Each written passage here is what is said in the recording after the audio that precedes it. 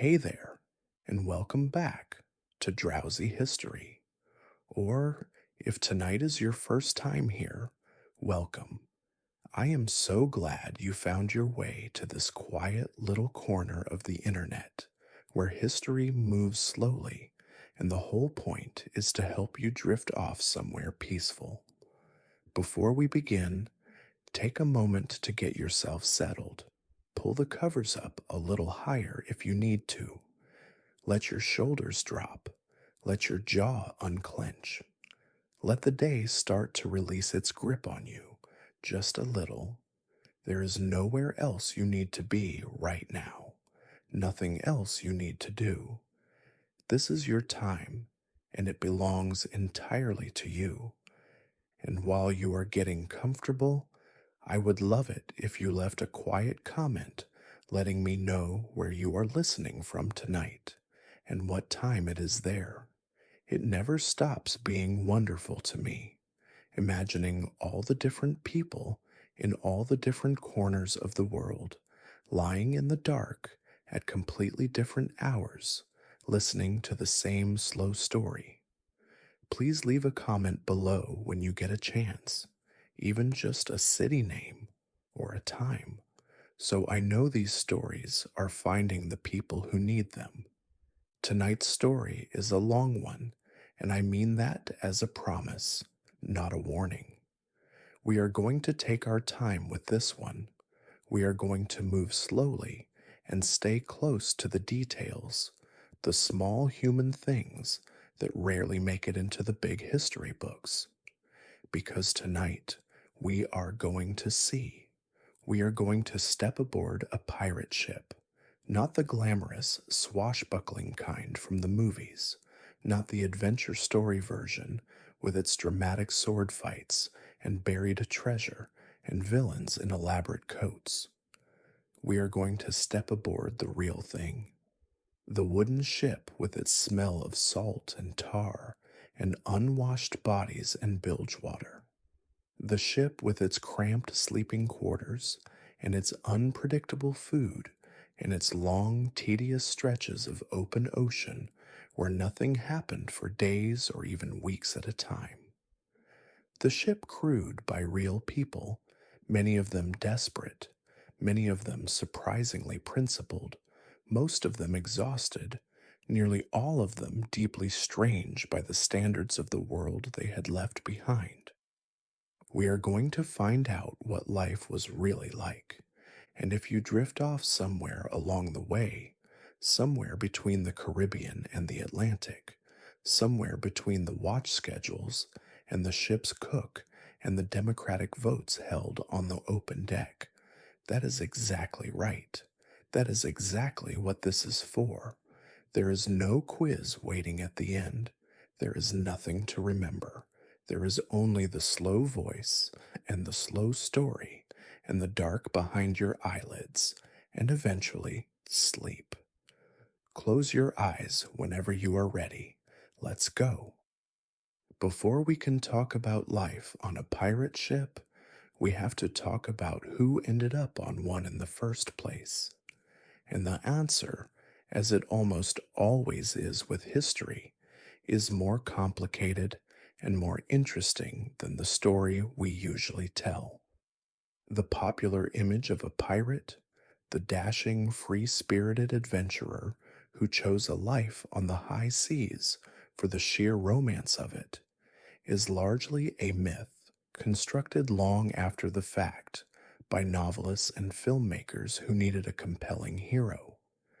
The real pirates of what historians call the Golden Age of Piracy, roughly the 1680s through the 1720s, were, for the most part, not romantic adventurers.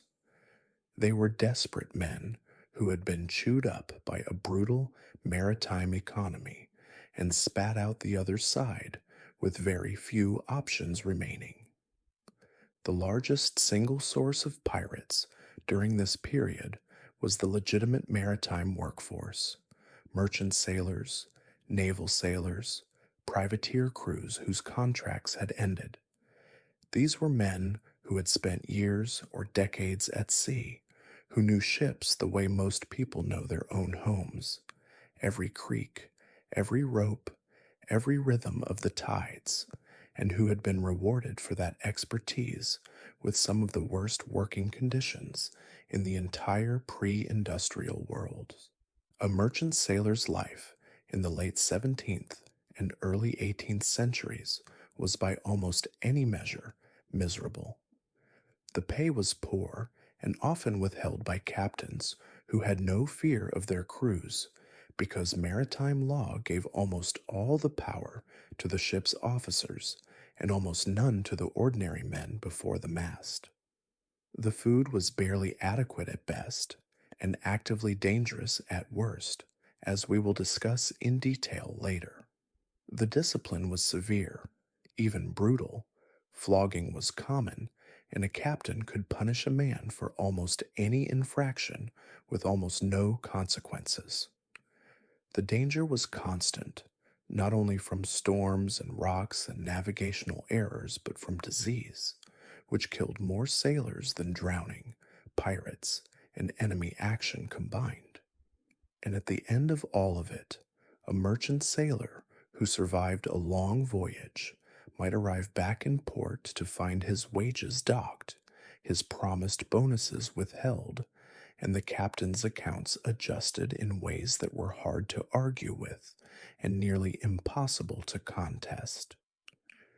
So when a merchant ship was captured by pirates and the pirates offered the crew a choice, join us or be put ashore or set adrift, many sailors chose to join, not all of them. Some refused on moral grounds, or from loyalty to their captain, or simply from fear. But a significant number, faced with the stark contrast between the life they had been living and the life the pirates described, said yes. The pirates described something remarkable: a ship where the crew voted on major decisions, where the captain could be removed by majority vote if he abused his power, where the plunder was divided by clear, pre-agreed rules, where every man received a share, including the cook and the carpenter and the youngest deckhand, where the officers ate the same food as the men, where a sailor who lost a hand or an eye in battle received compensation from a common fund before the general shares were divided, where, in short, the ordinary seaman was treated as something more than livestock to be used and discarded. This is one of the genuinely surprising facts about the Golden Age of Piracy, and one that historians have spent considerable time analyzing. Pirate ships, for all their violence and criminality, were in many respects extraordinarily democratic institutions for their era. The codes by which they operated, often called articles or the ship's articles, were drawn up collectively, agreed to by every member of the crew before departure, and enforced by the crew as a whole. A new crew member was expected to sign or make his mark on these articles, and by doing so, he entered into a kind of social contract that was far more equitable than anything the legitimate maritime world had to offer. Naval sailors, too, were a major source of pirate recruitment. The Royal Navy of the early 18th century was an institution of extraordinary brutality. Press gangs roamed port cities, kidnapping men off the streets and forcing them into service. Once aboard a naval vessel, a pressed sailor had no rights, no recourse, and no timeline. He could be kept at sea indefinitely, transferred from ship to ship without his consent, and flogged, imprisoned, or hanged at the discretion of his officers. Desertion was the most common crime in the Navy, and mutiny was always a whispered possibility. Pirates who had once been naval sailors, and there were many, brought with them a particular kind of rage at the institution they had escaped, and a particular enthusiasm for the democratic principles that piracy, at least in theory, embodied. Not everyone who became a pirate did so voluntarily. Some were forced, captured from merchant ships, and given no real choice. Some of these reluctant pirates eventually came to prefer the life and stayed willingly. Others remained unwilling and looked for every opportunity to escape or return to legitimate society. Some were used specifically for their skills. A surgeon, for instance, might be kept aboard a pirate ship by force because surgeons were rare and valuable, and pirates got injured in battle with some regularity. These coerced crew members complicate the picture somewhat, and courts of the period recognized the distinction, acquitting some men of piracy charges on the grounds that they had been compelled. The geography of piracy during the Golden Age was concentrated in a few key areas. The Caribbean was the most famous, the warm, island dotted sea that lay at the heart of the Atlantic trade routes, where Spanish treasure fleets moved back and forth from the Americas, where English, French, and Dutch merchant vessels plied their triangular trades, and where the chaos of competing colonial powers left many gaps in enforcement. The Indian Ocean was another major theater, particularly the waters around Madagascar and the coast of West Africa, and the shipping lanes of the Red Sea, where pilgrims traveled to Mecca, and where the merchant ships of the Mughal Empire carried goods of extraordinary value.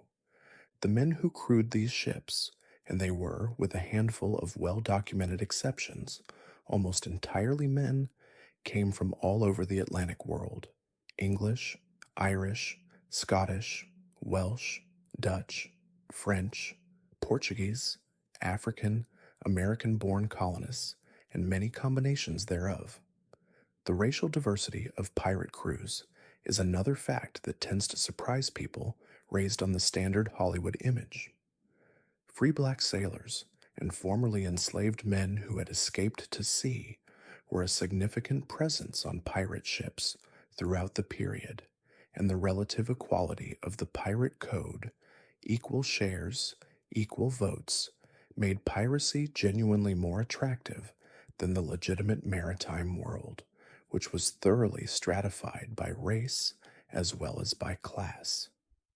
There is one more population worth mentioning among those who became pirates, and that is the formerly enslaved. The Atlantic slave trade was at the height of its expansion during the Golden Age of Piracy, and the same ports and shipping lanes that pirates preyed upon were also the arteries of the trade in human beings. Some enslaved people who escaped from ships or from colonial plantations made their way into the maritime world and eventually into piracy. On Bartholomew Roberts's ships, free black men sailed as full crew members with full shares. The historical record does not allow us to know the full extent of this phenomenon, but it was real, and it adds another layer to the already complex social picture of Golden Age piracy. The legal status of these various groups of pirates was treated with varying degrees of sophistication by the courts that eventually tried them. The admiralty courts that handled most piracy cases developed over the course of the Golden Age a growing body of precedent and procedure for distinguishing between different degrees of guilt. A man who had been forced to join a pirate crew and had at every opportunity sought to resist or escape was treated more leniently than a man who had joined enthusiastically and risen to a position of leadership. The law was imperfect, as it always is, but it was not entirely blind to the complexities of how men came to be on pirate ships. To understand what life on a pirate ship was like, You first have to understand the physical reality of the ship, what it looked like, what it smelled like, what it felt like to live inside it for weeks or months at a stretch. And that reality, for most people today accustomed to modern transportation, requires a significant adjustment of imagination. Pirate ships came in a variety of types. The sloops favored by many Caribbean pirates were fast, shallow drafted vessels of perhaps 50 to 75 feet in length, capable of slipping into shallow harbors and inlets where larger naval vessels could not follow.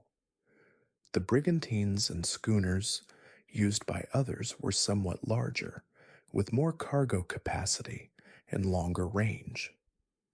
The largest pirate ships, the big square rigged ships of the line occasionally captured from naval forces or wealthy merchant companies, were impressive vessels that might run 150 feet or more from stem to stern, with crews of several hundred men and dozens of guns on multiple decks.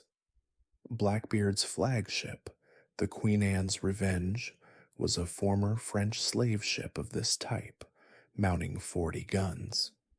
But for our purposes, let us focus on the typical working pirate ship of the Golden Age, something in the range of a sloop or small brigantine, 80 to 100 feet in length, crewed by perhaps 60 to 120 men, because it is in the everyday details of this kind of vessel, at this kind of scale, that the texture of ordinary pirate life was lived. The first thing that would strike a modern person stepping aboard such a ship would not be its appearance, it would be its smell. A wooden sailing ship of the early 18th century had a smell that was, to put it gently, distinctive. At the bottom of the ship, in the deepest hold, there was the bilge, a space that collected all the water that seeped in through the hull, all the waste that drained down from the decks above, all the organic matter that accumulated over months at sea. The bilge was pumped out regularly because if it rose too high, the ship would become unstable, but it was never fully empty, and its smell, a deep, dark, organic reek of salt water, rot, and waste, permeated the entire lower portion of the ship. Above the bilge, in the holds, there was cargo, whatever the ship was carrying, which on a pirate vessel might be plundered goods of various kinds, barrels of provisions, spare rope and sailcloth, gunpowder stored in sealed containers away from any open flame, and the accumulated belongings of the crew. The hold smelled of whatever it contained, the sharpness of salt pork in brine, the sweetness of molasses if they had taken a sugar ship, the mineral tang of gunpowder, the dry dustiness of biscuit and grain. Above the hold, on the gun deck or the main deck, there was the smell of the men themselves, unwashed, sweating, working hard in the tropical heat, wearing clothes that were rarely laundered because fresh water was too precious to use for washing. There was the smell of tar, which was used constantly to seal the ship's seams and to preserve the rigging. There was the smell of oakum, the rope fiber picked apart and used to caulk gaps in the planking. There was the smell of the galley fire, which burned almost constantly when the weather allowed. And underlying everything, always, was the smell of the sea itself, the salt and the iodine and the enormous, clean, indifferent immensity of the ocean surrounding the little wooden world. The space inside the ship was extremely limited. A sloop of 80 feet was roughly the length of 3 average living rooms laid end to end, and within that space, the crew had to fit not only themselves, but their food, their water, their weapons, their ammunition, their tools, their spare sails and rigging, their personal belongings, and whatever cargo they were carrying. The headroom below decks was often less than 5 feet, meaning that a man of average height could not stand fully upright. Moving through the ship meant stooping, ducking, squeezing sideways through narrow passages. The crew slept in hammocks. This is one area where sailors of the period were actually better off than many shore based workers of equivalent social class, because the hammock is genuinely comfortable once you learn to sleep in it, and it has the significant advantage of swinging with the motion of the ship, meaning the sleeper is partly insulated from the constant rolling and pitching of a vessel at sea. But hammocks in a crowded crew space were hung close together, sometimes only 14 inches apart by regulation, close enough that a man's elbow or knee might brush the hammock on either side. The ship's structure itself produced a constant soundtrack. Wood flexed under the pressure of wind and wave, producing groans and creaks that ranged from low, almost musical tones to sharp, startling snaps. Rigging vibrated in the wind, humming and moaning at different pitches depending on the strength of the breeze. Blocks and pulleys squealed as ropes ran through them. The sea struck the hull in an irregular rhythm, sometimes a gentle sloshing, sometimes a heavy boom that sent vibrations through the entire structure. Rain hammered on the deck overhead. The sails, when they were full, made a deep, steady thrumming that was almost felt as much as heard. There was almost nowhere on the ship that was private. The captain typically had a cabin at the stern, a relatively spacious and well-lit space by shipboard standards, with windows looking out over the ship's wake, where the captain slept, ate, kept his charts and instruments, and conducted the ship's business. On a pirate ship, this cabin was often the site of collective decision-making, where the captain and the quartermaster and sometimes other senior crew members met to discuss strategy. The quartermaster on a pirate ship was not merely a supply officer, but the representative of the crew's democratic authority, a kind of check on the captain's power, elected by the crew and capable of overruling the captain in non-battle situations. The deck, when the weather was good, was the preferred living space for most of the crew. Here there was light and air and the infinite horizon of the sea. Men mended their clothes and repaired equipment on the open deck. They told stories. They gambled, though most pirate articles banned gambling with money because it led to fights. They played music. They argued and occasionally fought and resolved their disputes according to the rules the crew had set for itself.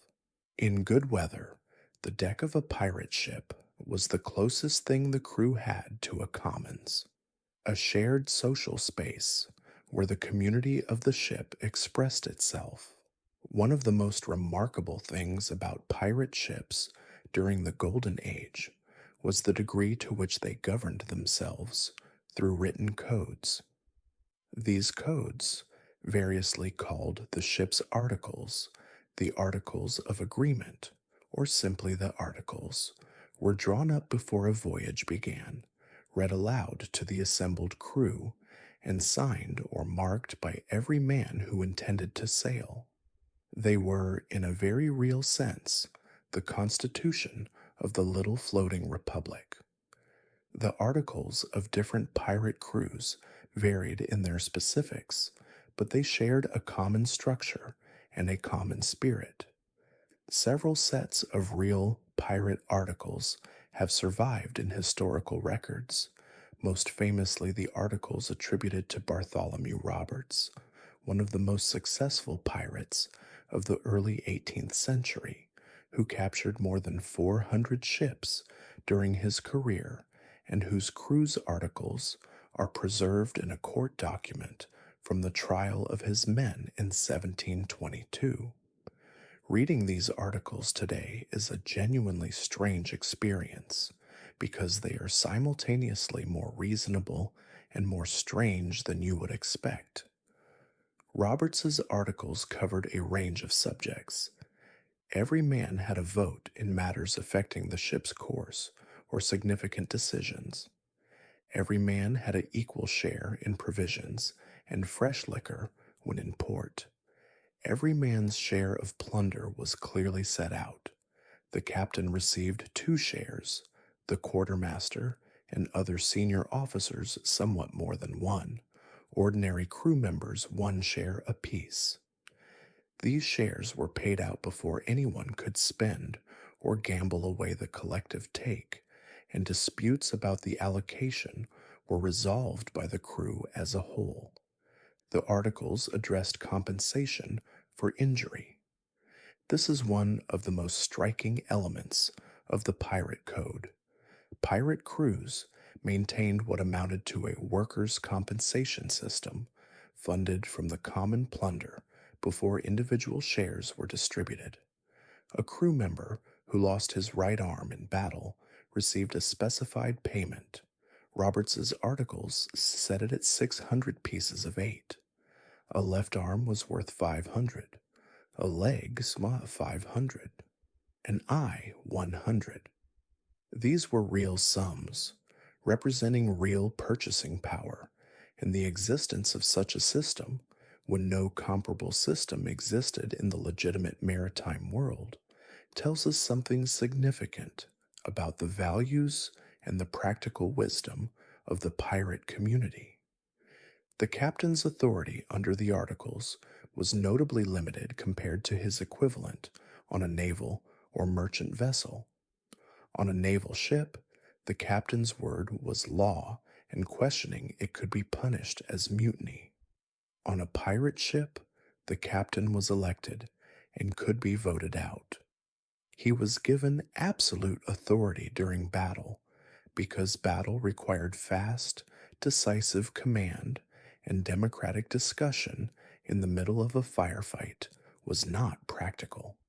But outside of battle, major decisions required the crew's assent, and a captain who abused his position could be removed by popular vote and demoted to ordinary crew member or put ashore. The comparison between pirate governance and the legitimate structures of the period is one that historians have found endlessly interesting. Why was it that men who were criminals and outcasts managed to develop governance structures that were in key respects more equitable than those of the legitimate institutions they had rejected? Part of the answer may be that the pirate articles were developed by people who had direct experience of how existing institutions failed, who had been on the receiving end of arbitrary naval discipline, of withheld wages, of captains who treated their crews as property rather than people. They knew from lived experience what went wrong with authority that was unchecked, and they designed their systems specifically to prevent those things. The articles also addressed what we might call workplace conduct. Deserting the ship or post in battle was punishable by death or marooning. The fearsome practice of putting a man ashore on a deserted island with a pistol, a little powder, and the knowledge that rescue was unlikely. Stealing from fellow crew members was similarly serious. Keeping weapons clean and ready for use was required of every crew member. Some articles specified that lights and candles were to be out by 8 o'clock in the evening, but also that any crew member who wished to drink after that hour was welcome to do so on the open deck, a combination of practicality and accommodation typical of the pirate code. Let us walk through an ordinary day on a pirate ship in the early 18th century, a day at sea in reasonable weather without the drama of a chase or a battle. A day that was, for most of a pirate voyage, the kind of day that actually made up the bulk of the experience. The ship's day was organized around the watch system. The crew was divided into two watches, roughly equal halves of the crew, who alternated responsibility for sailing the ship. One watch would be on duty for 4 hours, then the other watch would take over for 4 hours, and so on around the clock. The beginning of a watch was marked by the ship's bell, which was struck at half-hour intervals throughout the day and night. One bell for the first half hour, two for the first full hour, and so on up to 8 bells at the end of a 4-hour watch, then starting again at 1. A sailor's sense of time was entirely calibrated by the ship's bell. It was the heartbeat of the vessel, the rhythm that organized all other activity. Coming on watch at the start of your shift, you would take your position at whatever station your role required. Helmsmen steered the ship according to the compass heading the captain or quartermaster had set. Lookouts climbed to the crow's nest or the fighting tops, the platforms built into the masts, to scan the horizon for other ships, for land, for weather. Deck crew tended the rigging and the sails, adjusting them as the wind shifted, furling or unfurling canvas to maintain the best speed on the chosen course. All of this happened as a matter of routine, with the kind of automatic competence that comes from doing the same things in the same way for years. When you were off watch, you were theoretically free to sleep or do as you liked. In practice, off watch time was often filled with the maintenance tasks that kept the ship functional. Sails needed constant repair. A wooden ship's sails were enormous pieces of heavy canvas subjected to relentless wind and sun and salt water, and they developed tears, loose seams, and worn patches with remarkable regularity. Repairing them required needles and heavy thread called twine. Rigging maintenance was similarly ongoing. The web of ropes that held a sailing ship's masts upright and controlled its sails was enormously complex, and every length of rope was subject to chafe, stretch, salt damage, and wear. The ship's carpenter was responsible for the hull itself, and his was a job that was never truly finished. A wooden hull below the waterline was subject to the attentions of the teredo worm, a mollusk that bored into wood and was capable over time of reducing a ship's planking to a honeycomb of tunnels that would cause it to suddenly and catastrophically sink. Checking for and repairing worm damage required careening the ship, running it aground on a beach at high tide, allowing it to tip onto its side as the tide fell, and then cleaning and treating the exposed hull before the tide came in again. The ship's cook worked in the galley, a small enclosed space near the bow of the ship where a brick-lined fireplace or an iron stove could be used for cooking without the risk of setting the wooden ship on fire. On most pirate ships, the cook was often a man who had been disabled in some way, missing a limb, or partially blind, or otherwise unable to do the full range of physical work required of an ordinary crew member. The cook's role was a way of keeping such men useful and earning their share, which speaks again to the practical welfare orientation of the pirate code. Navigation on a pirate ship was the responsibility of the captain or of whoever on the crew had navigational skills. Dead reckoning, the practice of estimating your current position based on your last known position, your speed, your heading, and the time elapsed, was the primary method for most of the period. The sextant allowed accurate latitude measurement from the angle of the sun or stars. Longitude was a much harder problem, and a ship's longitude was often a matter of educated estimation.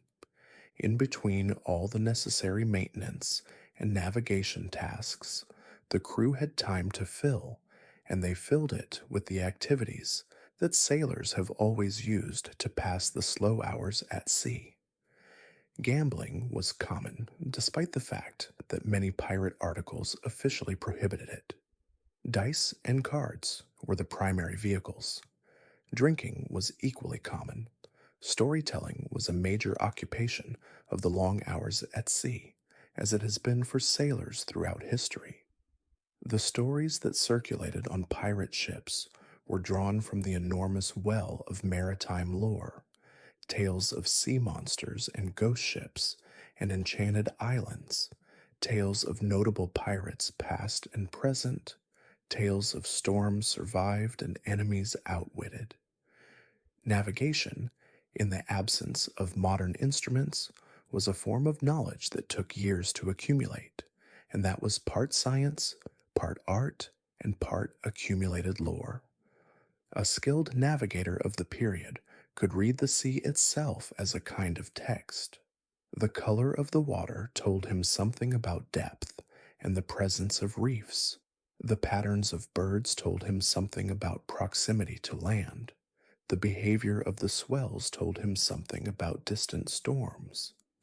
This observational knowledge was built up through decades of experience and was transmitted largely orally from experienced sailors to newer ones, in the same way that the shanties were transmitted and the methods of splicing rope were transmitted, person to person, through demonstration and practice and patient repetition. Personal hygiene on a pirate ship was, by any modern standard, minimal. Fresh water was too precious for washing. Soap was rarely available in quantity. The tropical heat and the physical labor of sailing combined to produce an environment in which every man was more or less constantly sweaty and usually somewhat dirty. Clothes were washed in salt water when they were washed at all. Hair was worn long by most sailors of the period, tied back to keep it out of the way during work. The smell that a pirate ship produced, of the men aboard it, in addition to all the other smells of tar and bilge and salt meat, was simply part of life, noticed by visitors from shore, but unnoticed by the crew who lived inside it. Sleep on a ship at sea was never entirely restful in the way that shore-based sleep could be. The motion of the ship continued through the night, sometimes gentle, sometimes violent, but always present, and the sounds of the ship and the sea never stopped. A man who went below to sleep after his watch found himself in a space crowded with other hammocks, other sleeping or half-sleeping men, the smells and sounds of the lower deck. The hammock itself, once you had learned to sleep in it, was genuinely comfortable. It cradled the body and swung with the ship's motion in ways that a rigid bunk could not. But the noise of a wooden ship working in a seaway was a constant companion, and a man who could sleep through it had usually acquired the ability through years of practice. Food on a pirate ship was, to put it bluntly, one of the worst aspects of the life. Not the worst. There were genuine horrors that exceeded bad food, but a persistent, daily, grinding problem that shaped the physical experience of every man aboard from the first day of a voyage to the last. The core problem was preservation. In an era before refrigeration, before canning, before any of the technologies that allow us to take for granted the storage of food for extended periods, keeping enough food edible for a crew of 60 to 100 men for a voyage of several weeks or months required either drying, salting, pickling, or fermenting. Every one of these methods changed the food significantly, sometimes in ways that were merely inconvenient, and sometimes in ways that made it barely edible. The staple of the sailor's diet was hard biscuit, also called ship's biscuit or hardtack. This was bread made without yeast, baked until all moisture was removed and allowed to become completely dry and hard. Not stale bread hard, but stone hard, impervious to moisture, resistant to mold, and theoretically edible for months or years. In practice, a ship's biscuit that had been at sea for several months was home to weevils, the small beetles that infested grain stores in warm climates and whose larvae tunneled through the biscuit, leaving it riddled with holes and crawling with small white grubs. Sailors developed techniques for dealing with this. Some ate their biscuit in the dark, so they could not see what they were eating. Others tapped the biscuit sharply on the table before eating, in the hope of knocking out the worst of the weevils. And others simply ate it as it came, reasoning that the weevils were protein, and that protein, in whatever form, was not to be wasted. Salt meat was the other foundation of the ship's diet. Beef, pork, and sometimes fish were preserved in heavy brine, packed in barrels with enough salt to prevent bacterial growth in all but the most extreme conditions. After months in the barrel, the meat had given up nearly all its moisture to the salt and had become simultaneously very tough and very salty. Before eating, it was soaked in fresh water and then boiled in the ship's great copper pot over the galley fire. The resulting broth was the daily meal for most of a voyage. It was nutritious in a minimal way, providing protein and calories. It was not pleasant. Descriptions from sailors of the period suggest that well-cured salt pork, after several months at sea, had a smell that could be detected from some distance, a texture that required determined chewing, and a taste that was mostly salt with undertones of something that had once been meat. Scurvy was the great plague of the age of sail, a slow and agonizing disease in which the body's connective tissue began to fail. Gums swelled and bled, teeth loosened and fell out, old wounds reopened, muscles and joints became painful, and eventually the sufferer died. It killed more sailors than storms, pirates, and enemy action combined, and for most of the period we are discussing, its cause was entirely unknown. Pirates, more than legitimate sailors, were able to supplement their provisioning through plunder. A captured merchant ship might carry fresh provisions, or trade goods that included food, sugar, rum, citrus fruits, cured meats better than the standard ship's ration. Water was, if anything, an even more critical concern than food. A ship at sea had only what it had taken aboard in port. The ship's water was stored in wooden barrels, and wooden barrels, over time, harbored the bacteria and algae that turned fresh water greenish, slimy, and foul-smelling. A ship 3 months from port was drinking water that a modern person would immediately recognize as contaminated and would refuse. The sailors drank it anyway, because the alternative was dying of thirst, which was worse. This is a large part of why alcohol was so central to the sailors' daily life. Not because sailors were simply drunkards, though some undoubtedly were, but because alcohol in the forms available at sea, beer, ale, wine, rum, brandy, had two significant practical advantages over water. First, the fermentation process that produced alcohol also killed many of the microorganisms that made stored water dangerous. Second, alcohol did not spoil in the way that water and most other beverages did. A barrel of rum stored properly could outlast a voyage of any reasonable length without becoming undrinkable. Beyond the standard provisions, pirates supplemented their diet when they could through fishing. A ship moving slowly through warm waters could trail lines and catch fish. Flying fish were particularly common in the Caribbean and were sometimes so plentiful that they could be gathered from the deck in the mornings, having leapt aboard during the night. Turtle was a prized source of fresh meat and could be kept alive for days or weeks on the ship's deck, providing fresh protein long after the last of the fresh provisions from port had been consumed. When a pirate ship was near a coastline or island, crew members might be sent ashore to hunt or gather. Birds' eggs from nesting colonies, coconuts, plantains, fresh water from streams.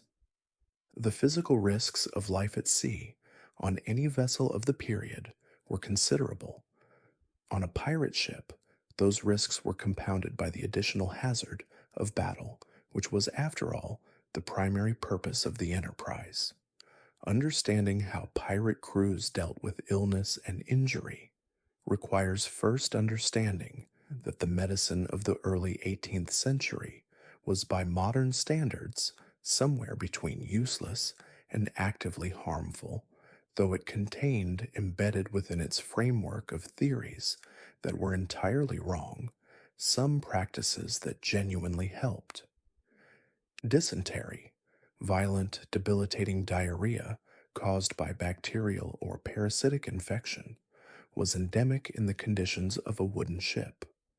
The water, as we have discussed, was frequently contaminated. The food handling was done without any understanding of sanitation. The close quarters made any illness that spread through contact or contaminated surfaces nearly impossible to contain. Fever was a constant and often fatal companion at sea, particularly in tropical waters. Malaria, though its cause was unknown, was associated with marshy coastlines, particularly in West Africa, the Caribbean, and the American South. Yellow fever was similarly tropical. Accidents were a daily reality of life on a sailing ship. The work of sailing required men to climb masts that might be 100 feet or more above the deck, to work on swaying yards in high winds, to handle running rigging under load, to move around a deck that was tilting and heaving in sea state. Falls were common. A fall from the upper rigging to the deck was almost certainly fatal. Men were swept overboard by breaking waves and storms. They were injured by flying blocks when a rope parted under strain. They were hurt by cannon recoil in battle, by falling mast sections when the rigging was shot away, by splinters from cannonball impacts on wooden planking.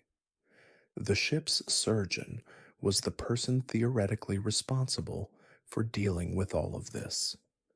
Pirate ships placed considerable value on surgeons, so much so that surgeons captured from merchant ships or naval vessels were sometimes kept aboard by force, being too valuable to release. For wounds, the surgeon could clean and dress them. He could stitch lacerations closed. He could set broken bones. For serious injuries, particularly amputations, he was the man with the saw.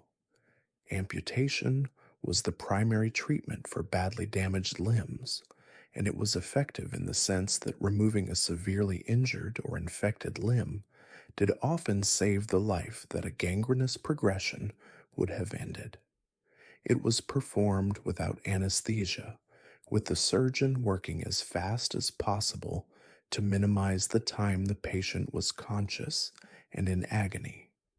For pain management, the surgeon had alcohol, usually rum or brandy, administered in large quantities before and during painful procedures, and possibly opium in the form of laudanum, a tincture of opium in alcohol that was a standard medicine of the period and that was genuinely effective for pain. For fever, he had various herbal preparations, some of which had modest real effects, and some of which were entirely inert. The psychological dimensions of health at sea are also worth considering. Men who were at sea for months at a stretch, in close quarters, under constant physical and sometimes existential stress, experienced what we would now recognize as the effects of chronic stress, inadequate sleep, and poor nutrition. The remedy that the maritime world offered for these conditions was primarily alcohol and work, neither adequate, but both serving their purpose well enough to get most ships through most voyages. The actual business of piracy, the taking of other ships, was perhaps surprisingly much less frequent and much less dramatic than the popular image suggests. A pirate voyage might last several weeks or months, during which the crew spent the great majority of its time simply sailing, maintaining the ship, eating bad food, drinking whatever was available, and waiting for the horizon to produce a sail, waiting for the right conditions to make a chase worthwhile, waiting and waiting and waiting. When a potential prize was spotted, a sail on the horizon that looked like a merchant vessel, the energy on the pirate ship changed immediately. The lookout's cry of "sail ho" brought men who had been sleeping or mending sails or playing cards to their feet and to the rail, straining to make out the distant smudge of canvas. The captain and the quartermaster would assess what they could see through a telescope: the ship's size, its rig, its heading, the way it was sailing, what flag it was flying, or what flag it appeared to be flying, since all ships of the period were willing to fly false colors as a tactical deception.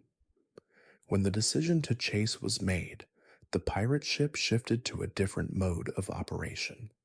All available sail was set. The course was adjusted to intercept the target. Men who had been off watch were called to their stations. The guns were run out and prepared for use, powder brought up from the magazine, shot stacked beside the guns, flintlock mechanisms checked. The chase itself might last minutes or hours, or in some cases, days. The relative speed of sailing vessels depended on a complex interaction of hull shape, sail plan, wind direction, and sea state that could shift dramatically as conditions changed. When the pirate ship came within range of the target, the standard opening move was to fire a warning shot, a cannonball fired across the bow of the prey, not aimed to hit, but aimed to say loudly and unambiguously, "Stop." Simultaneously, the pirate ship would hoist its flag.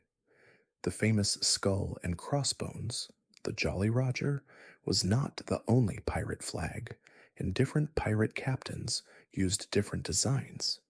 But the sight of any black flag with a skull or bones or hourglasses or other symbols of death was immediately recognized by sailors throughout the Atlantic world as the signal of a pirate. And the signal had a specific meaning that was widely understood: surrender now, and we will treat you well. Refuse, and we will show you no mercy. This was calculated strategy. Pirates needed to take ships with as little fighting as possible, for the simple reason that fighting was dangerous and expensive. A battle that damaged the prize made it less valuable. A battle that killed crew members could not be easily undone. Replacements were not available in the middle of the ocean. The ideal pirate capture was one in which the mere sight of the black flag caused the merchant captain to heave to and surrender without a shot fired in anger. This ideal was achieved more often than you might expect. Merchant ships of the period were not warships. Their captains were responsible for the cargo, not for heroic resistance, and their owners had generally made clear that a cargo delivered late was a business problem, but a crew killed defending an insured cargo was a tragedy. The flag flew at the crucial moment when a pirate ship closed with its prey, and its symbolic weight was enormous. The various designs that different captains used were not merely decorative, they were communications, carefully designed and widely understood. A black flag was an offer, surrender and be treated well. A red flag was a warning, we intend to give no quarter. The sophistication of this semiotic system, the development of a shared visual language for communicating complex messages at a distance, reflects the genuine naval sophistication of the pirate world. The relationship between piracy and the insurance markets of London is one of the less discussed but genuinely interesting aspects of the Golden Age. The Lloyd's Coffee House in London, which had become the center of marine insurance by the late 17th century, tracked piracy as a major underwriting risk and developed increasingly sophisticated tools for pricing it.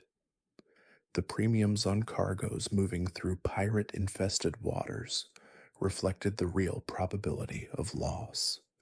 In this way, piracy imposed costs not only on the ships that were attacked, but on the entire system of Atlantic trade, raising the cost of insurance for everyone and contributing to the political pressure that eventually produced the serious anti-piracy campaigns of the 1710s and 1720s. The Golden Age of Piracy produced a handful of figures whose names have survived into popular culture and whose lives have been so thoroughly mythologized that the real people beneath the legends are sometimes hard to see clearly. Let us spend some time with three of the most famous, looking not at the myths, but at the documented human realities. Bartholomew Roberts, known as Blackbeard, was by any measure the most successful pirate of the Golden Age, in terms of sheer number of ships captured. From 1719 until his death in battle in 1722, he and his crew captured more than 400 vessels. He was, by the accounts that survive, a genuinely strange man to find in the role of pirate captain. A Welshman who did not drink alcohol in a culture awash in rum, who was reported to prefer tea, who dressed with great care and was noted for his elaborate and colorful clothing, who held religious services on the ship on Sundays. Roberts did not become a pirate voluntarily, at least not initially. He was a mate on a slave ship when it was captured by the pirate captain Howell Davis in 1719. Davis, recognizing Roberts's navigational skill and leadership ability, recruited him, and when Davis was killed shortly afterward, the crew elected Roberts as their new captain. His end came off the coast of West Africa in February 1722, when the Royal Navy warship HMS Swallow caught up with his flagship in the morning after a night of heavy drinking by the crew. Roberts himself was killed in the opening exchange of fire. Shot through the throat, he died almost instantly and was buried at sea according to his reported wishes before the battle was concluded. His crew, many of them hung over and disorganized, were captured. The subsequent trial at Cape Coast Castle in West Africa was one of the largest piracy trials of the era, with 54 men hanged and their bodies displayed as a warning.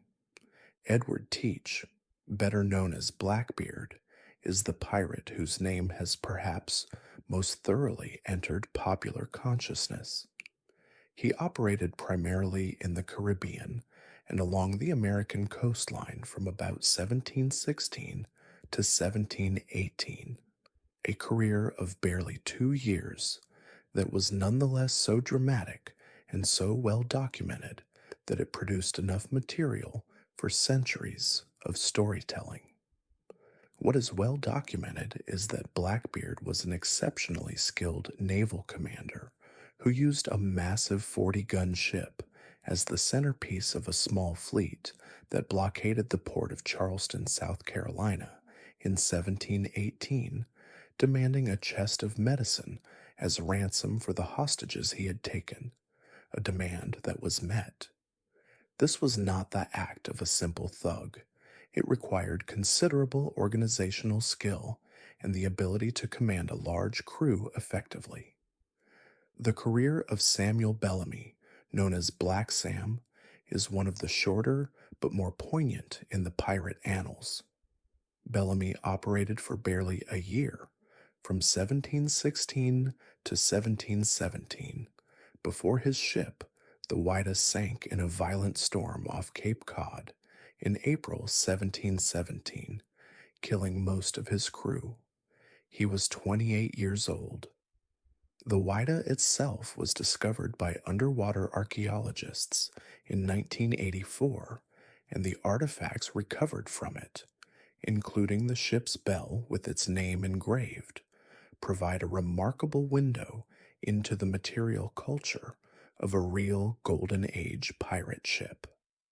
Anne Bonny and Mary Red occupy a different place in the pirate narrative, as women who successfully operated within the overwhelmingly male world of the pirate ship. Both were real people, documented in trial records from 1720. Anne Bonny was the companion of the pirate captain Calico Jack Rackham, operating in the Caribbean. Mary Red was a crew member on Rackham's ship who had apparently disguised herself as a man for most of her life. When Rackham's crew was captured by a Jamaican privateer in October 1720, the trial records note that most of the men were too drunk to fight. It was Bonny and Red who apparently put up the most effective resistance. They were real people who found themselves, through circumstances that the documentary record does not fully explain, in an extraordinary situation, and they dealt with it with apparent courage and competence.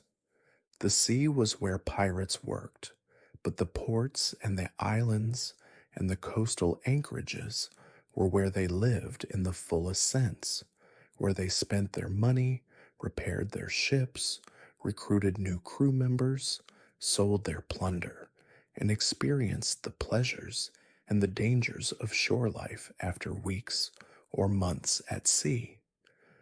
The most famous pirate port of the Golden Age was Nassau, on the island of New Providence in the Bahamas. In the years from roughly 1715 to 1718, Nassau became what historians sometimes call a pirate republic, a place where pirate crews gathered in numbers, where the governing authority was so weak as to be effectively non-existent. At its peak, Nassau may have harbored 2,000 pirates at a time, making it one of the more significant population centers in the Caribbean and one of the most ungovernable. Nassau offered everything a pirate crew needed and everything it wanted: careening beaches, chandlers selling supplies, taverns in abundance offering rum and food and music, and the particular sociability of men who had been at sea for a long time and had money to spend. The spending of a pirate's share was often accomplished with remarkable speed.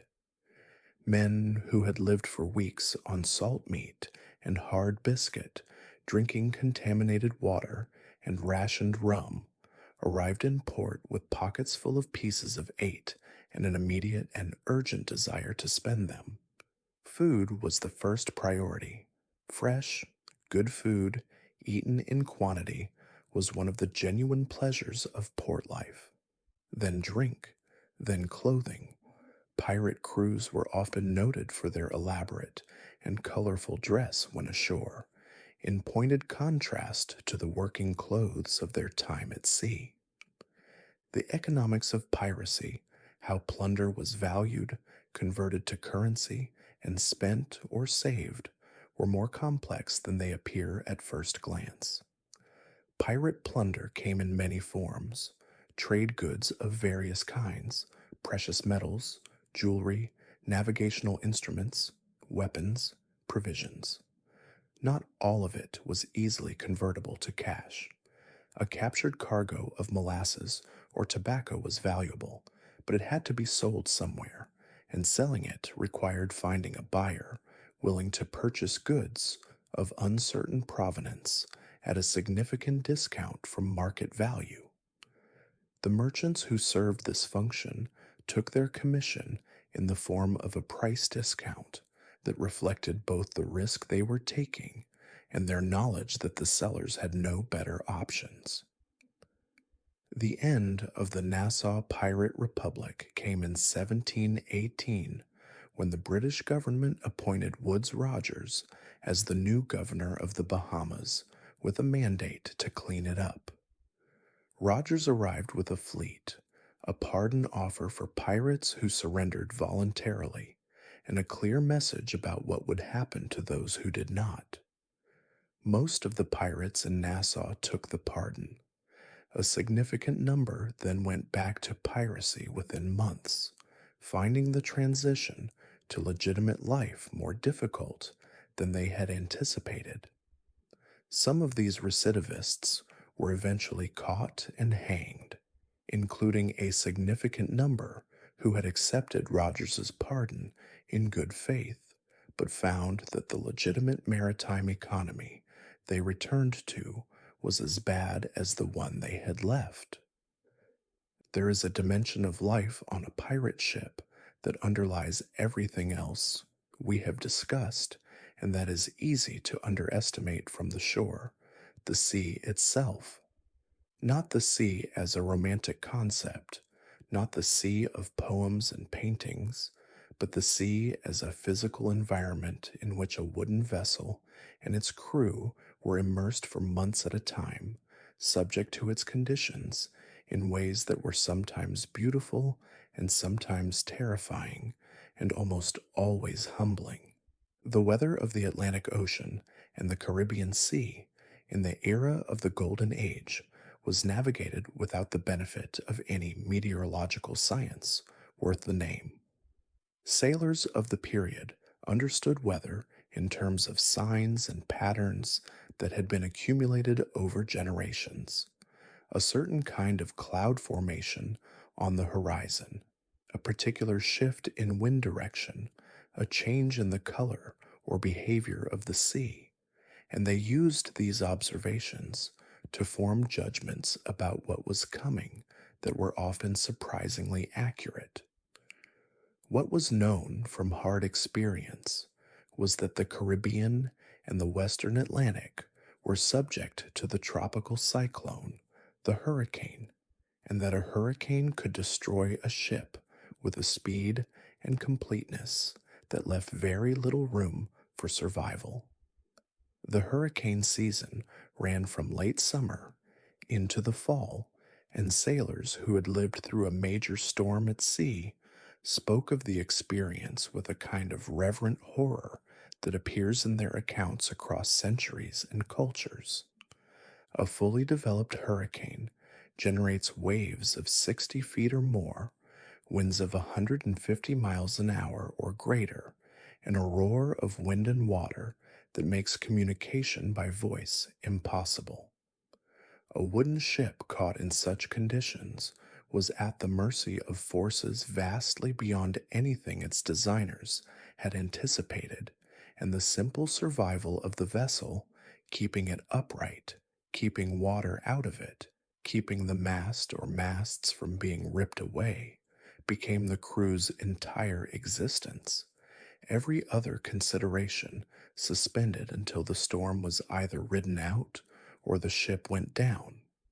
Before a storm arrived, in the hours or days when experienced sailors could feel it coming in the behavior of the swells and the direction of the wind and the look of the sky, there was a particular kind of frantic, focused work that preceded the emergency. Loose gear had to be lashed down or stowed below. The guns had to be lashed securely in their carriages, because a loose cannon rolling across a gun deck in heavy seas could crush anyone in its path. Extra sails had to be furled and tied with multiple layers of securing rope. The hatches had to be battened, covered with fitted wooden covers, and secured with wedges to prevent water from pouring below. In the storm itself, the watch system broke down.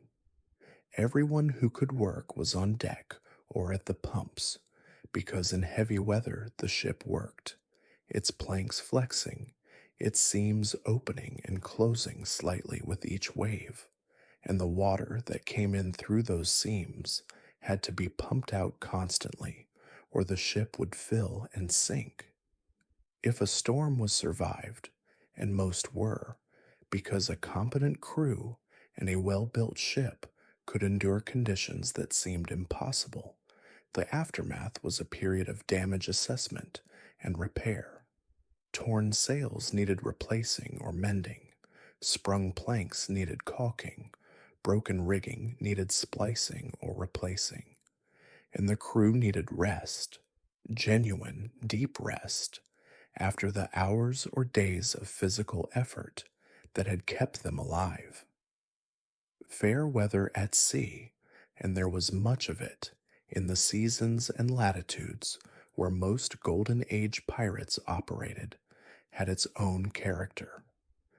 The trade winds that blew steadily across the Caribbean from the northeast were one of the great facts of the Atlantic maritime world, a reliable engine that drove ships westward from Africa and the Canary Islands toward the Caribbean with remarkable consistency. A ship moving before the trade winds in fair weather was running at its best, steady, purposeful, the sails full and drawing smoothly, the hull cutting through water that glittered in the tropical sun. These were the days when the sea was not an enemy, but a companion, and when the life of a sailor, even a pirate, contained elements of genuine beauty that the conditions of shore life rarely matched. The night sky at sea, far from any land and any artificial light, was another of the experiences that sailors remembered with something approaching reverence. The Milky Way visible in its full extent, the planets bright enough to cast faint shadows, the Southern Cross and other constellations unfamiliar to men born in northern latitudes. The celestial display above a ship at sea in fair weather was of a kind that most people of the period would never have seen from shore. Navigators used the stars practically, measuring their angles above the horizon to determine latitude and check their position. But even men without navigational knowledge looked at the sky and were moved by it. The journals and letters that survive from sailors of the period contain frequent references to the beauty of the night sky at sea, rendered in simple and direct language that suggests genuine experience rather than literary convention. We have talked about the work of the pirate ship, the food, the hierarchy, the rules. But there is a dimension of life aboard that the documentary record captures only partially, and that is the texture of the social world that emerged when men lived together at close quarters for months at a time, with no privacy, no outside social contacts, no possibility of escape from one another, and the shared consciousness that any of them might die at any moment. The friendships that formed among pirate crews were of a particular intensity that has few parallels in ordinary shore life. When you eat, sleep, work, and face danger in the company of the same people for months at a stretch, knowing them becomes something different from the word knowing usually implies. You know their habits, their fears, their particular kinds of courage and cowardice, their sense of humor, the sound of their snoring, the way they behave when they are drunk or sick or afraid. This kind of knowledge creates bonds that can be ferociously strong, and the grief that sailors felt for companions lost at sea or in battle was real and deep. Music, as noted earlier, was central to shipboard social life, but it was not merely functional. An evening on the deck of a pirate ship in good weather, with a fiddle player sawing out tunes and men dancing or singing along in the warm dark, was a genuine pleasure, one of the real pleasures of a life that was in many ways severely constrained. The music of the Atlantic maritime world in this period was a remarkable blend.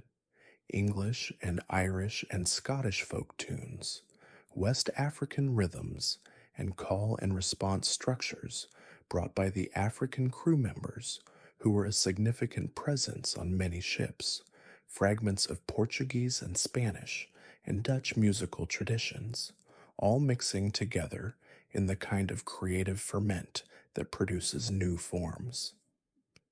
The question of loyalty on a pirate ship is a complicated one. The articles created a formal framework of obligations and rights, but the deeper loyalties that held men together, under fire and through hardship, were more personal and less formal than any written code. A man served his shipmates not only because the articles required it, but because those shipmates were, in a very real sense, his family, the only family he was likely to see for months at a time. The people whose competence and courage could mean the difference between his survival and his death.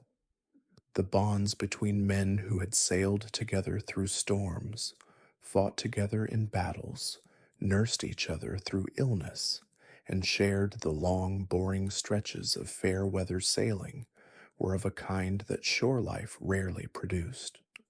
Homesickness was a genuine and rarely discussed aspect of the sailor's life. Most of the men on a pirate ship had families somewhere: mothers, fathers, brothers, sisters, wives, children, from whom they were separated by thousands of miles of ocean and by the illegality of their situation, which made correspondence impossible. The knowledge that a mother did not know whether her son was alive, or a wife did not know whether her husband would return, or children were growing up without a father they might not recognize when and if he came back. This knowledge was simply part of the emotional landscape of the life. The sentimentality that appears in some pirate accounts, the men who wept when they were drunk, or who kept small mementos of home tucked in their sea chests, is not surprising. It is the normal human response to separation from the people you love. The legend of buried treasure, so central to the popular image of piracy, deserves a brief debunking. The treasure-burying pirate, who hides his gold on a deserted island and draws a map with X marking the spot, is almost entirely a fiction, originating largely in Robert Louis Stevenson's Treasure Island, published in 1883, and having very little to do with historical reality. Pirates did not generally bury their treasure because pirates did not generally have treasure to bury. The share of a typical pirate voyage was enough to live well in a port city for a few months. It was not enough to accumulate and hide. A pirate who had a large amount of cash had usually just received his share after a successful capture, and the most practical thing to do with that cash was to spend it on food, drink, clothing, gambling, and the other pleasures of port life before the next voyage took him back to sea. The Golden Age of Piracy came to an end not through a single dramatic event, but through a gradual shift in the balance of forces that had allowed it to flourish in the first place. The decisions that ended the Golden Age were largely political. By the mid 1710s, the disruption to Atlantic trade caused by piracy had become economically and politically unacceptable to the major mercantile powers. The English government made a series of decisions to take the suppression of piracy seriously in a way it had not previously. Naval resources were allocated specifically to anti piracy operations. Governors of colonial territories were replaced with men who had clear mandates to enforce the law. The legal framework for prosecuting pirates was tightened, and the procedural obstacles to conviction were reduced. The effect was felt within a few years. Bartholomew Roberts was killed in 1722. By 1726, the network of pirate havens in the Caribbean and along the American coastline had been largely broken up. The great era of Atlantic piracy was, for practical purposes, over. Pirates continued to operate in various forms throughout the 18th and 19th centuries, but the specific social and economic conditions that produced the Golden Age of piracy were not repeated. The lives of most pirates ended badly, and most of them knew it. The articles of Bartholomew Roberts acknowledge the brevity of the pirate life with a certain grim acceptance. The crew chose a merry life and a short one. The men who chose or were pushed into piracy were not, in most cases, people who expected to grow old and comfortable. They expected to be killed in battle, or to die of disease, or to be captured and hanged. The image of the hanged pirate, displayed in a gibbet at the harbor entrance, was intended precisely for the eyes of sailors and crew members of legitimate ships who passed it. It was a message from the authorities that this was what happened to men who chose the pirate's life. Whether it was an effective deterrent is harder to say. The men who became pirates during the Golden Age were by and large aware of the risks. They had seen gibbets before. They had heard the stories of trials and executions. They chose their path anyway, for the reasons we have discussed: desperation, democratic principle, the particular appeal of a life that offered more equity and more freedom than the legitimate alternative, however briefly and at whatever cost. The execution of pirates was conducted at the low water mark at the edge of the harbor, which was within the Admiralty jurisdiction rather than the regular court's jurisdiction, and where the sea could wash over the body, a symbolism that was understood by observers. The body was then typically hung in a cage of iron, a gibbet, at a prominent point where it would be visible to incoming and outgoing ships. The tar-preserved remains swinging in the wind for months or years as a warning. What happened to the men who had been pirates when the suppression came? Many were hanged. Some were transported to penal colonies. Some took pardons and managed the transition to legitimate life. and some simply disappeared from the record, which in practice usually meant that they died relatively young, of the ordinary diseases and accidents that claimed so many working men of the period. The pirate life, for the overwhelming majority of those who lived it, was not long. A man who joined a pirate crew in his 20s and was still at large 5 years later was doing considerably better than average. Yet they went. Men who knew the odds, who had seen the gibbets, who had heard the stories of what happened to captured crews, still signed the articles and sailed, some because they had no better option, some because the democratic principles of the pirate code offered something genuinely worth having at whatever cost, some because the sea and the life and the strange community of the ship had become the only world they knew how to live in, and some perhaps because at 25 years old and desperate, with a pistol in your belt and a black flag overhead and the whole ocean in front of you, the odds did not feel as real as the freedom. The violence of piracy is something that the Romantic tradition tends to either glamorize or ignore, and neither treatment serves the truth very well. The actual experience of a naval engagement in the early 18th century was chaotic, terrifying, and often brutal in ways that the choreographed sword fights of films do not begin to suggest. Let us try to be honest about what it was like, because without that honesty, the lives of the men who lived through it cannot be understood. A naval battle of the period typically began at a distance, with cannon. The guns that a pirate ship carried, ranging from small swivel guns that could be aimed and fired by one man to large cannon that required a crew of 4 to 6, fired solid iron balls that could punch through the side of a wooden ship and kill every person in their path. They also fired chain shot, 2 balls connected by a length of chain, which tumbled through the air and was designed to cut through rigging, and grape shot, a canvas bag filled with small iron balls that spread out like a shotgun blast and was devastatingly effective against human beings on an open deck at close range. The noise of a ship's guns firing in a confined space, or even on an open deck, was beyond anything most people had ever experienced. The concussion of a large cannon could shake a man's vision and leave him temporarily deaf.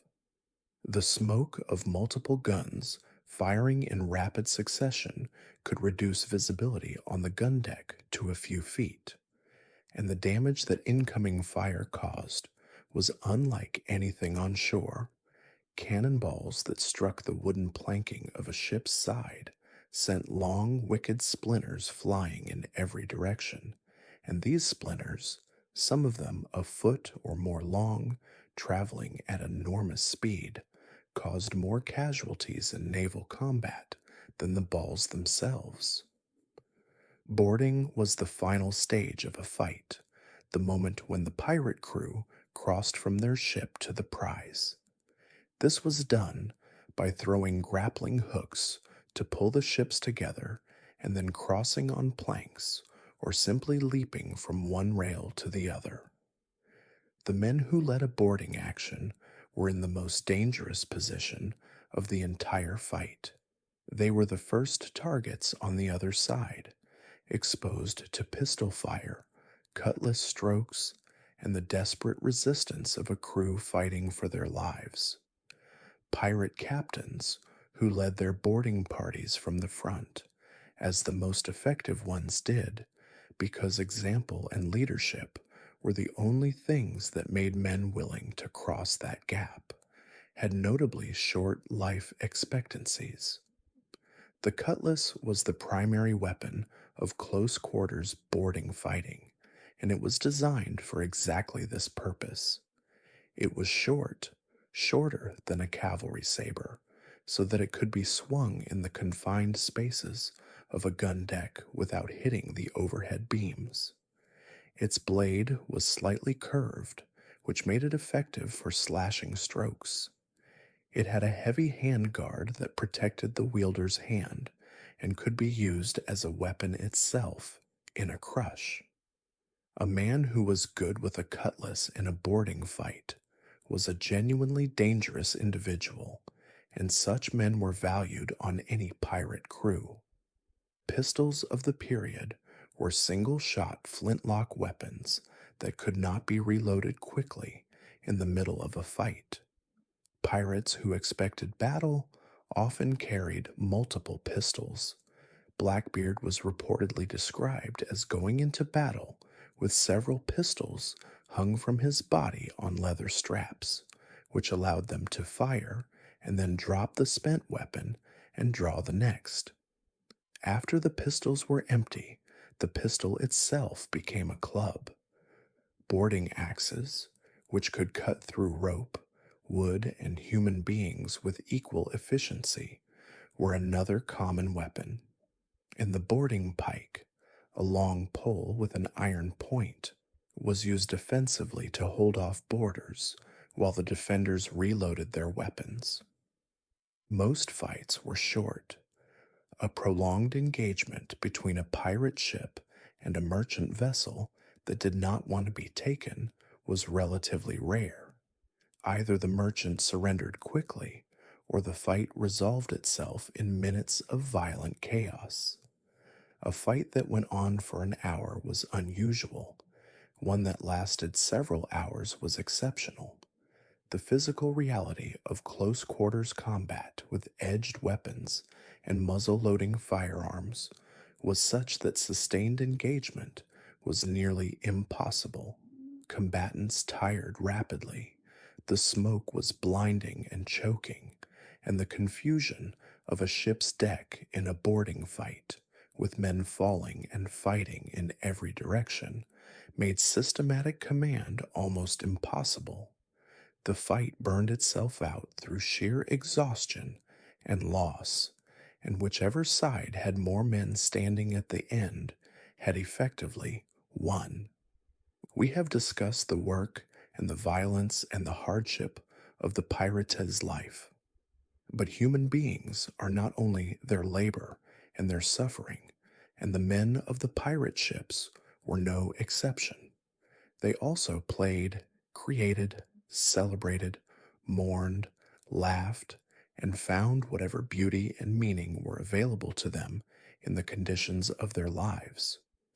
This interior dimension of pirate culture is harder to recover from the historical record because it left fewer physical traces than battles and trials and executions. But it was real, and it mattered. Tattoos are documented on the bodies of pirates of the Golden Age, which makes them among the earliest documented practitioners of a custom that European sailors had likely adopted through contact with the tattooing traditions of the Pacific and the Americas. The specific designs used by Atlantic pirates of this period are not always clearly described in the surviving records, but the presence of tattoos is attested by court documents and by accounts of the capture and examination of pirate crew members. Tattoos were a form of personal expression, a record of voyages taken and experiences had, and in some cases, a form of identification, both of group membership and of individual identity. Carving and woodworking were common crafts among sailors who had access to wood and knives and long hours with nothing to do. Scrimshaw, the carving and engraving of bone and ivory, particularly whale tooth and walrus tusk, is most associated with the whaling industry of a slightly later period, but the impulse toward decorative carving was present throughout the maritime world, and the tools and materials for simpler versions of it were always available on a ship. Model ships, carved from scraps of wood, figures of women or animals, decorated belaying pins and tool handles, all of these and more were the products of sailors' idle hands. Writing, for those who were literate, was another way of occupying the long hours and preserving something of the experience of the sea. Not all pirates were literate. Literacy rates in the early 18th century were uneven across social classes and regions, but some were, and the letters and journals that occasionally surface in archives suggest an interior life more reflective and more emotionally complex than the popular image suggests. A pirate who sat on the deck in the evening light, writing to a sister or a mother who might never receive the letter, was not a figure from a romantic novel. He was a person trying to maintain connection with a world he had left behind through the only medium available to him. Ceremony and ritual mattered on pirate ships in ways that tell us something about human need for structure and meaning. The crossing of the equator, for example, was marked by an elaborate ritual of initiation that became a tradition throughout the maritime world. First timers were subjected to a mock trial before a figure representing Neptune, king of the sea, followed by various humiliating but generally non harmful rituals of initiation. This kind of ceremony had no practical purpose. It was purely social and symbolic, a way of marking a significant experience, creating a shared memory, incorporating new members into a community, and providing a moment of collective play in an otherwise demanding life. That pirates observed such rituals in the same way that all seafarers observed them is evidence of the persistent human need for ceremony, even in the most pragmatic and difficult circumstances. Religion on a pirate ship has already been mentioned in passing, but it deserves a little more attention here. The relationship between the men of the pirate world and formal religion was complicated and various. Bartholomew Roberts held Sunday services, as we have noted. Other pirate crews were reported to mock religion explicitly, holding satirical church services that parodied Christian worship. Most probably occupied a middle ground of practical, nominally Christian belief that coexisted without particular difficulty with the violence and lawlessness of their lives. This was not so different from the religious lives of most working class people of the period who held sincere beliefs in a Christian God and an afterlife, while also behaving in ways that formal theology would not have endorsed. The distance between faith and conduct was not uniquely a problem of the pirate world. It was a universal problem of the human condition.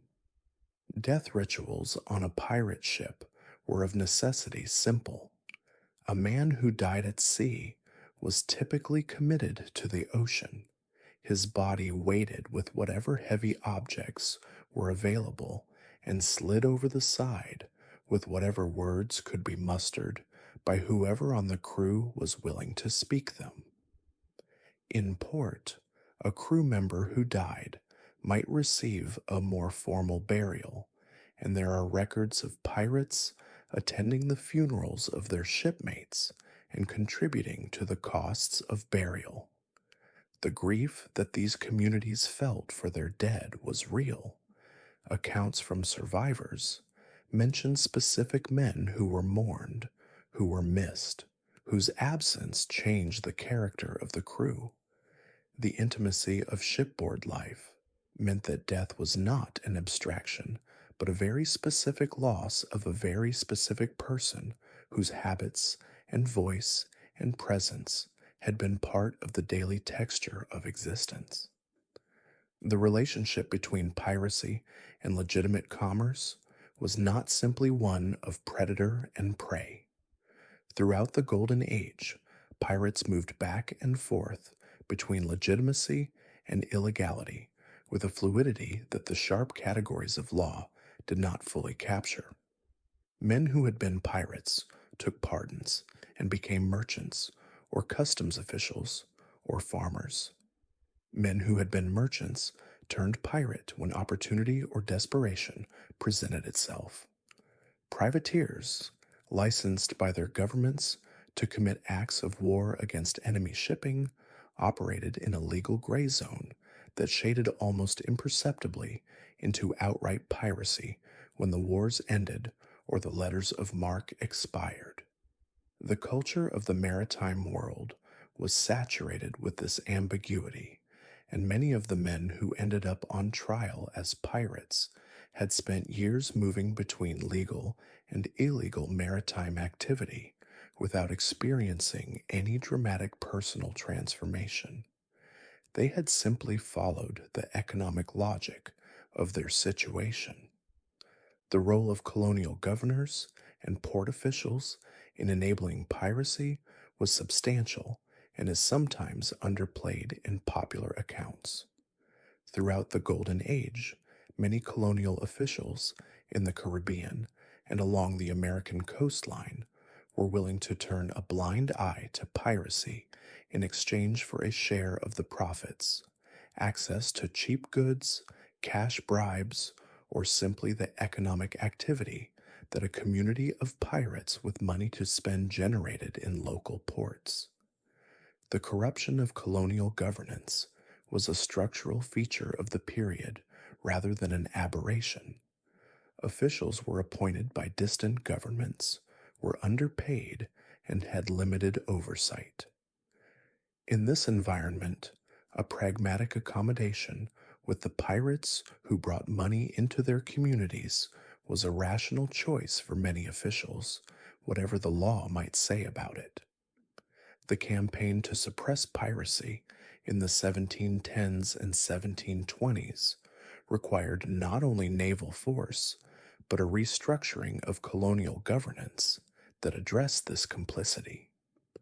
The trade in plundered goods, the black market that connected pirate crews to the broader Atlantic economy, was equally complex and equally widespread.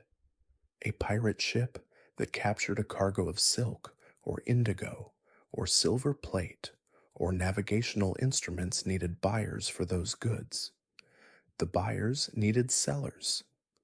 The transaction was mutually beneficial to both parties, and the legal risk fell primarily on the pirates rather than on the merchants who purchased from them, since the question of how the goods had been acquired was one that the buyer could plausibly claim not to have investigated.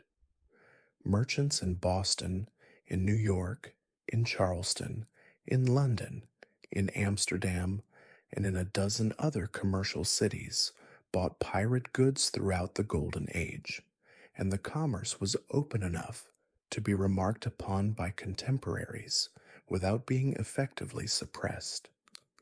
The question of why the Golden Age of piracy happened when it did, roughly 1680 to 1730, rather than at some other time, has been addressed by economic historians who have identified a specific set of conditions that converged in this period. The expansion of Atlantic trade created the prey. The wars of the late 17th and early 18th centuries created the pool of trained maritime workers who became pirates. The weakness of colonial governance created the safe harbors. The end of those wars created the unemployed privateers who had skills, ships, and no legal outlet for them. Remove any one of these factors, and the Golden Age might not have happened in the way it did. The pirates were not simply a random feature of the maritime world. They were a specific product of specific historical circumstances, and understanding those circumstances is essential to understanding the people who lived through them. The mythology of piracy that developed after the Golden Age and it served specific cultural needs of successive eras. The 18th century's celebration of the romantic outlaw, embodied in figures like Gay's Macheath in the Beggar's Opera, found in the pirate a particularly useful symbol of freedom from social constraint. The 19th century's imperial confidence produced a different version. The pirate as adventure story hero, as in Stevenson's Treasure Island or Gilbert and Sullivan's The Pirates of Penzance, figures of harmless escapism rather than social critique. The 20th century's popular culture transformed the pirate into a figure of pure fantasy, increasingly disconnected from any historical reality. Each transformation served its era's needs. What gets lost in all of them is the actual men, their actual choices, their actual suffering, their actual brief lives. If we want to take the pirates of the Golden Age seriously as historical actors, we have to resist both the temptation to romanticize them and the temptation to reduce them to simple villains. They were people who had been failed by the institutions of their world, by the maritime economy that exploited their labor, by the naval system that pressed them into service, by the colonial economy that offered them almost nothing, and who responded by creating, in the imperfect and violent way available to them, something more equitable than what they had left behind. That their creation was itself violent, that it depended on preying on other people, that it ultimately failed to survive. All of this is true. It does not make the people who built it less interesting, or less worthy of our attention, or less human. The last thing to say about the Golden Age of Piracy, before we let the story drift away into the dark, is simply this: it happened. Real people in real wooden ships on a real and enormous ocean lived lives of extraordinary difficulty and occasional extraordinary freedom, and made choices that seemed rational to them given what they faced, and built communities that embodied principles their era did not otherwise offer, and died young and sometimes violently, and were sometimes remembered and sometimes forgotten, and left behind a record that is still, 300 years later, worth sitting with, worth slowing down for, worth letting wash over you in the dark, like water against the side of an old wooden ship, steady and salt-smelling and inexhaustibly deep. The physical endurance required to sail a ship in the early 18th century is difficult to fully convey to someone who has not experienced it. Every task on a sailing vessel required physical strength, coordination, and the willingness to work in conditions that no modern workplace would tolerate. Hauling on a line, pulling a rope through a block to raise a sail, could require the simultaneous effort of 6 to 8 or 10 men, all pulling together in the rhythm set by the shanty, their hands on a rope that was stiff with salt and possibly wet and heavy and several inches in diameter. The capstan, a large rotating wooden drum used to raise the anchor, was turned by men walking in circles, pushing on horizontal bars, a task that could require the entire crew pushing for an hour or more to raise an anchor chain from 30 or 40 fathoms of water. Reefing a sail, gathering up part of the canvas in strong wind to reduce the sail area, required men to climb the mast and go out on the yard, the horizontal spar from which the sail hung, while the ship was rolling and the wind was tearing at them, and to gather and tie the heavy wet canvas by hand while holding on with their legs. Calluses were the signature physical mark of a sailor's hands.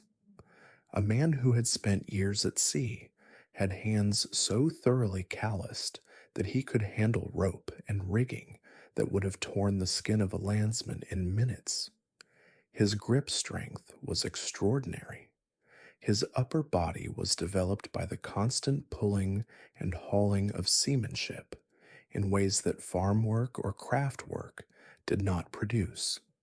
But he was also often bent by the work, a lifetime of working in low headroom spaces, of bending and reaching and hauling in awkward positions, left many old sailors with chronic back problems and limited flexibility.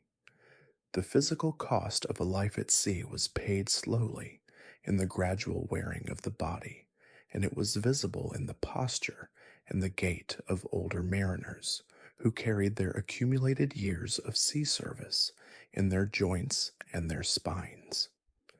The sense of time on a long ocean voyage underwent a gradual alteration that sailors described when they tried to describe it at all in terms of the horizon becoming everything. On shore, time was structured by landmarks and events: the church bell, the market day, the season, the neighbors' comings and goings. At sea, time was structured by the bell and the watch, by the progress of the sun across the sky, by the slow change of the stars as the ship moved across the globe. After several weeks at sea, the rhythms of the ship became so thoroughly internalized that the idea of any other rhythm seemed remote and slightly unreal. Men who had been at sea for a long time and returned to shore described the difficulty of readapting to the different pace and structure of land life, the need to be somewhere at a specific hour, the presence of crowds and noise, and the variety of human activity that shore society offered. The ship had been a world, complete in itself, and returning from it required a process of readjustment that was more than merely physical.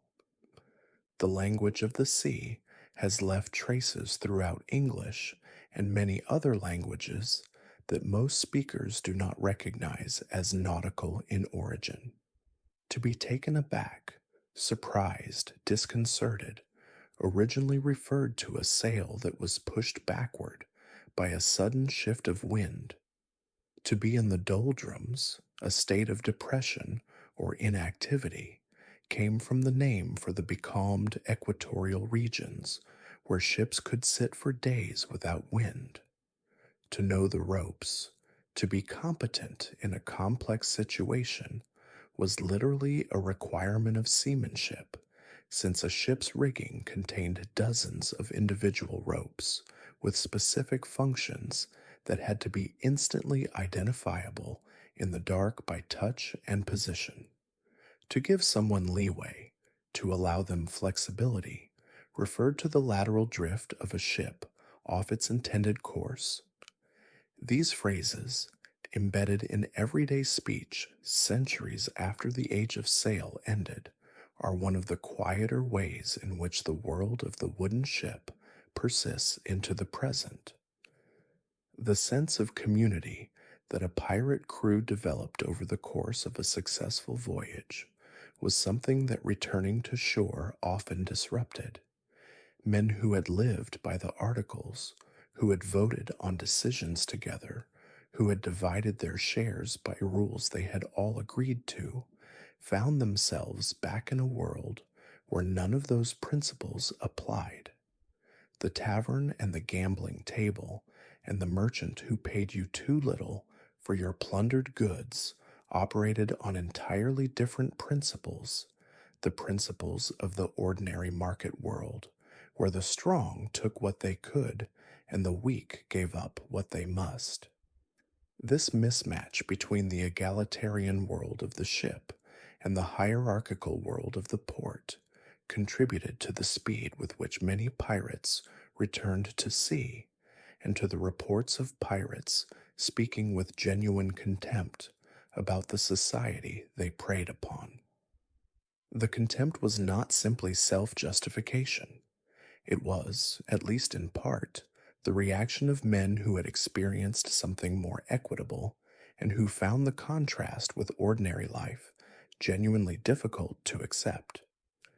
The tools of navigation that a pirate captain carried, the sextant or quadrant, the charts, the compass, the log line and glass for measuring speed, the almanac of celestial positions, were among the most precious objects on the ship. Their loss in a storm or a fire could render the ship effectively lost, unable to determine its position with any accuracy and dependent on the uncertain guidance of landmarks and soundings. A navigator who knew his instruments and his charts was therefore a man of real power on any vessel, and the most capable navigators on pirate ships often had a degree of authority that their formal rank, quartermaster or captain, or sometimes simply a crew member who happened to have the skills, did not fully capture. The ability to say with confidence where the ship was, where it was going, and how long it would take to get there was the foundation of everything else, and the man who could do it was indispensable in a way that could not quite be reduced to any number of shares. The experience of being on watch at night, standing at the helm or at the bow, alone or with one other man, while the rest of the crew slept below, was one that sailors described with particular vividness in the accounts that survive. The ocean at night, far from any coast, was a place of absolute darkness, broken only by the stars, the phosphorescence that sometimes lit the ship's wake with a cold blue-green fire, and the faint shapes of the sails overhead. The wind spoke in the rigging with a voice that changed pitch and character as it strengthened or softened. The sea spoke against the hull in rhythms that became, after weeks at sea, as familiar as a heartbeat. A man on night watch, doing nothing more than holding a course and watching the horizon and listening to the ship around him, was in a state of solitary alertness that had something of meditation about it, the mind stripped of its ordinary distractions, present entirely to the immediate world of wind and water and dark. This was not the romance of the sea, as popular culture has imagined it. It was something quieter and stranger and more genuinely interior, a kind of enforced presence that the daytime world, with its noise and its demands, did not often provide. To fall asleep on a pirate ship in fair weather, with the watch set and the ship sailing steadily, and the food and the rum of the evening settling warm in the stomach, was to be held by the ship itself, the hammock swinging in its gentle arc, the wood groaning softly around you, the sound of the sea a steady presence beneath everything.